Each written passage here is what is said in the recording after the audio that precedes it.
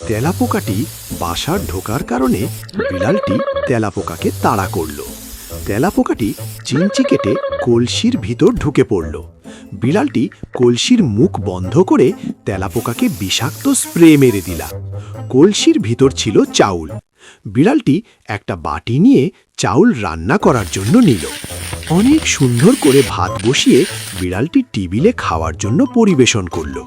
লুকিয়ে লুকিয়ে একটা শুয়োর সব কিছু দেখে ফেলল। শুয়োরটি সুযোগ বুঝে ভাত খাচ্ছিল।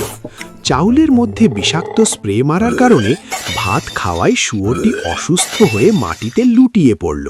বিড়ালটি শুয়োরটির অবস্থা দেখে কান্না করতে করতে বলতে লাগলো, কি হলো, ওঠ। শুয়োরটিকে হাসপাতাল নিয়ে গেল।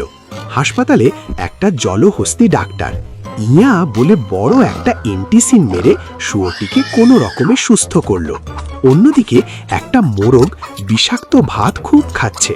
হঠাৎ মোরগটি মাটিতে পড়ে মারা গেল। মোরগের মালিক বাঘমামা মোরগকে দেখে কাকুতি মিনতি করে অনেক কান্না করতেছে। মন ভরা দুঃখ নিয়ে মোরগটিকে রান্না করে খাওয়ার জন্য রাখে।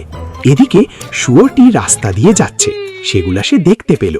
কিছু না ভেবে শুয়োরটি মুরগির মাংস খেয়ে ফেলতেছে। হঠাৎ বাঘ মামা দেখে ফেলল। মুরগিটি বিষাক্ত ভাত খাওয়ার কারণে শুয়োরটি মাটিতে লুটিয়ে পড়ে।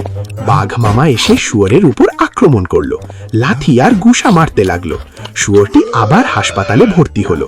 জলহস্তি ডাক্তার আবার শুয়োরের উপর এন্টিসিন মারায়। শুয়োরটি অনেক জোরে চিৎকার দিয়ে উঠল।